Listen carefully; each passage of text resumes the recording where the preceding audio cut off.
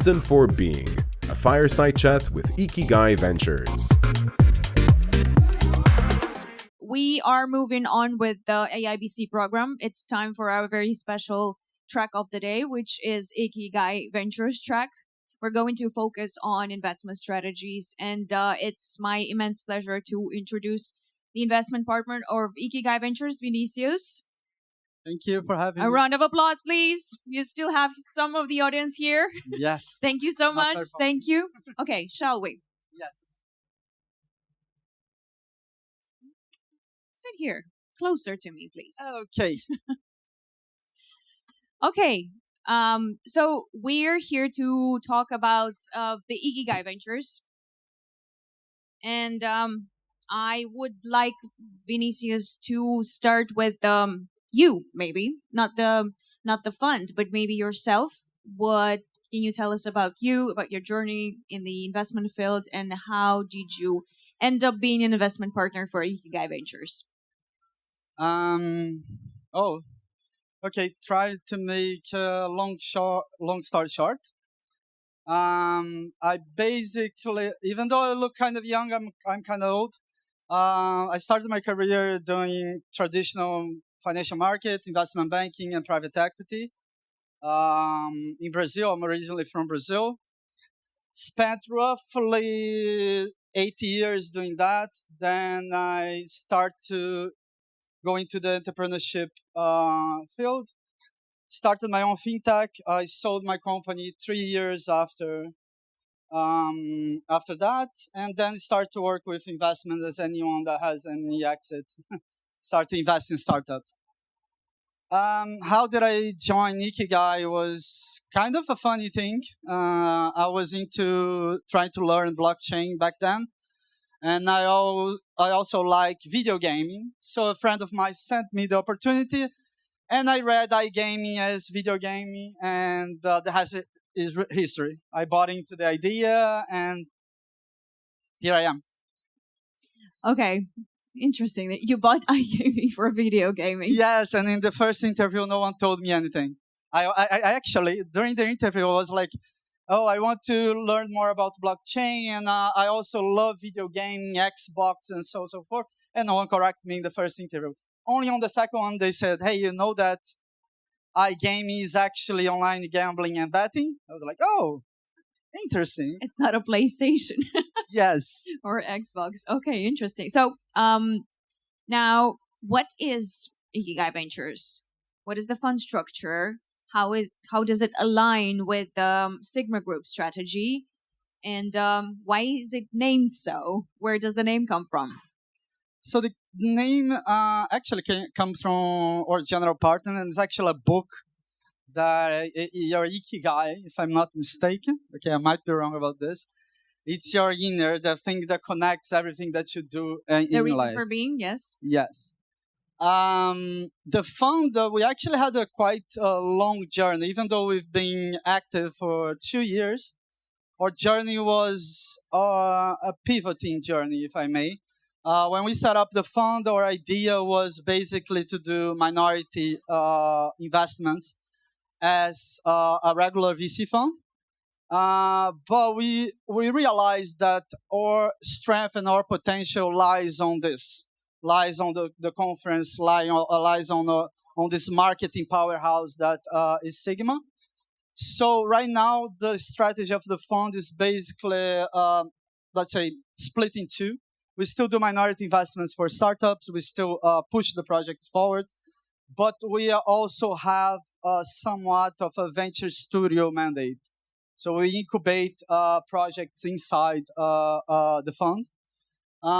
We are launching our second project right now, and I think that was a good perception that we had that, okay, we can make a difference with our marketing, and we can make a difference commercial and so on.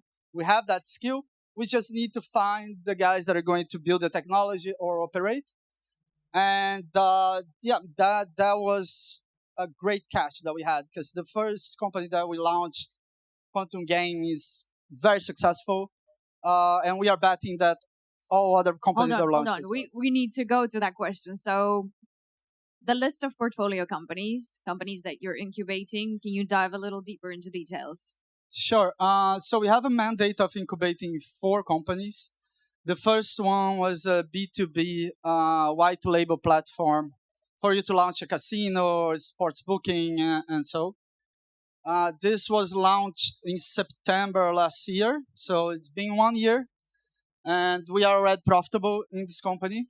The second one is a slot studio. We are launching right now. It's called Wicked Games. The third project that we will incubate, it's in the payments for crypto solution. And the fourth one is a live studio for iGaming. What about the incubation program project? So that was it. Oh, that was it. Okay. I thought you would. No, like about the portfolio. So I think like a portfolio is quite unique. The thesis of investing rather than incubating, because investing we do both emerging technology and we do iGaming, while the incubation is pure iGaming. Oh, that's the difference. Yes. Yeah, and when I say emerging technology, I mean like we love things that we cannot understand very well. Let's say, like we have a microprocessor company in our portfolio. We have blockchain companies in our portfolio. We have cloud companies in our portfolio. So a lot of really deep tech in the portfolio that, quite frankly, we rely on the expertise of our advisors to guide us through. Well, I know that the whole fund strategy doesn't really rely on, let's say, crypto market, something that we've talked a lot about over the last hour, which has seen, quite hard times over the last year. It was actually an anniversary for FTX, I think, several days ago. Okay. When he got.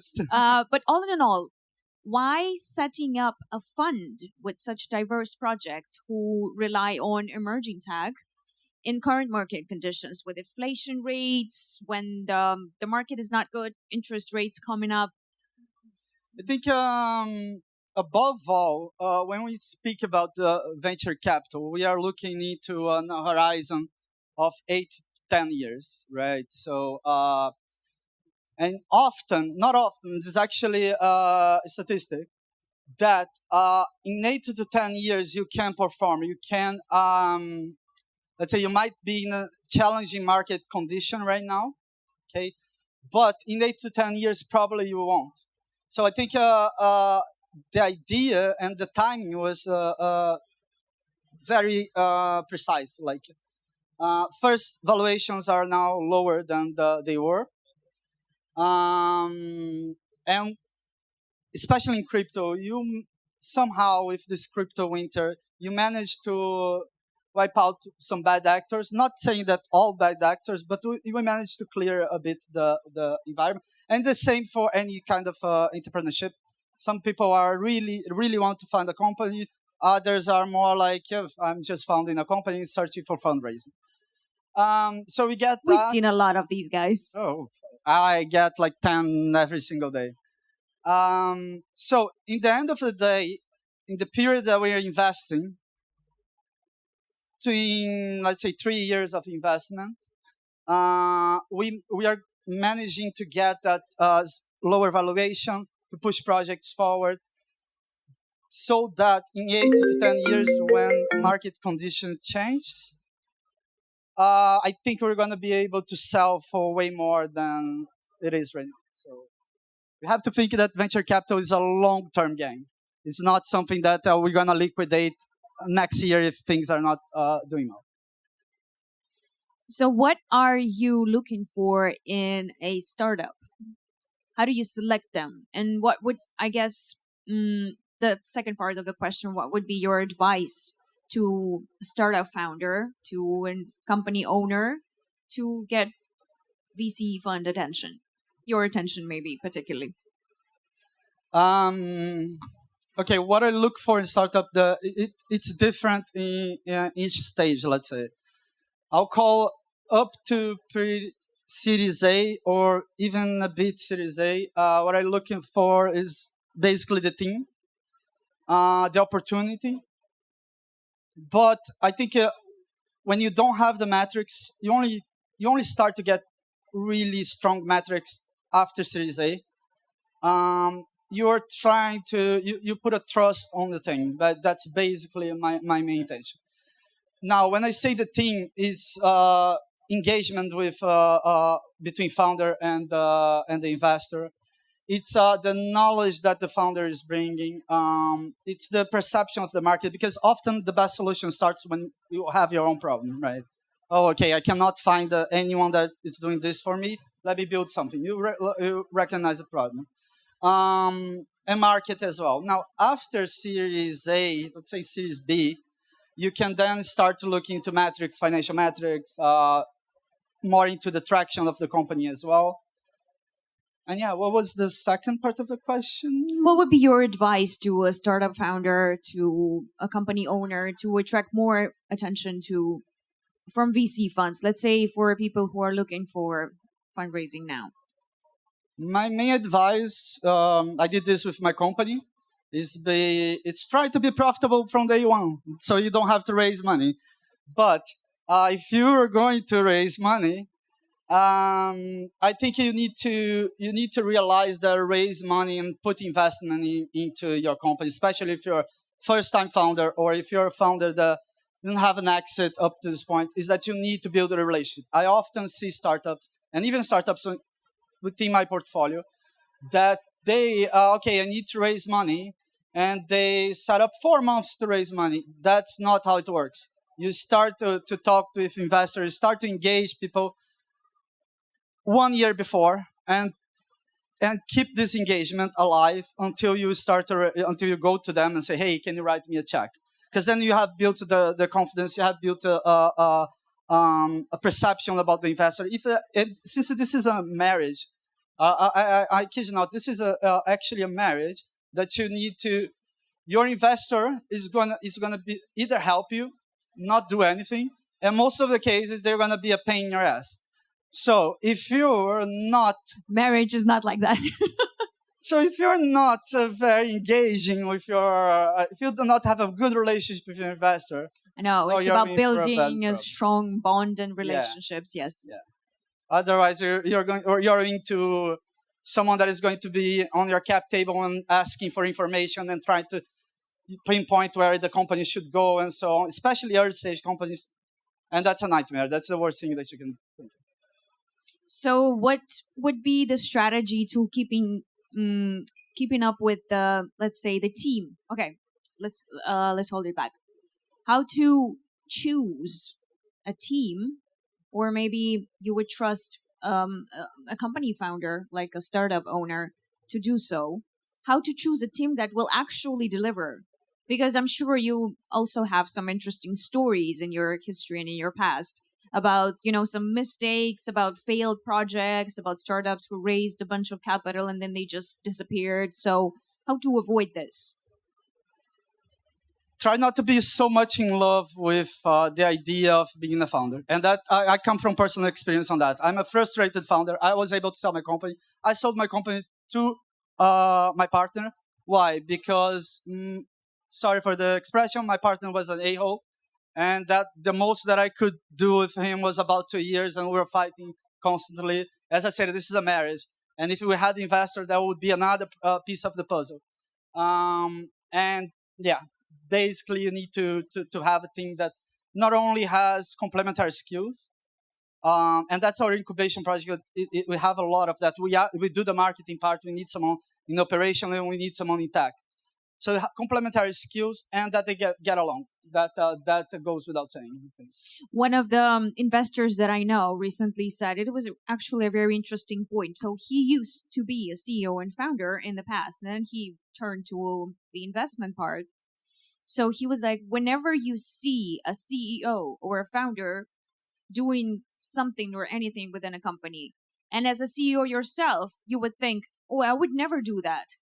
I would do it the different way, but you have to change the perspective. You have to change the lens from, let's say, CEO and founder, an operational person, to an investor. So how did it work in your case? I think it was a gradual transition, because I was working in financial markets before I became an entrepreneur. and you just get driven into to this ecosystem. Like I started in Brazil. My company was based in Brazil. Back then, Brazil didn't have one single unicorn. Brazil has right now, I think, 20 or something. So it was a very close community. And once I sold my company, I was like, okay, let me start to write checks to people that I know and that I like. And that's basically how it went.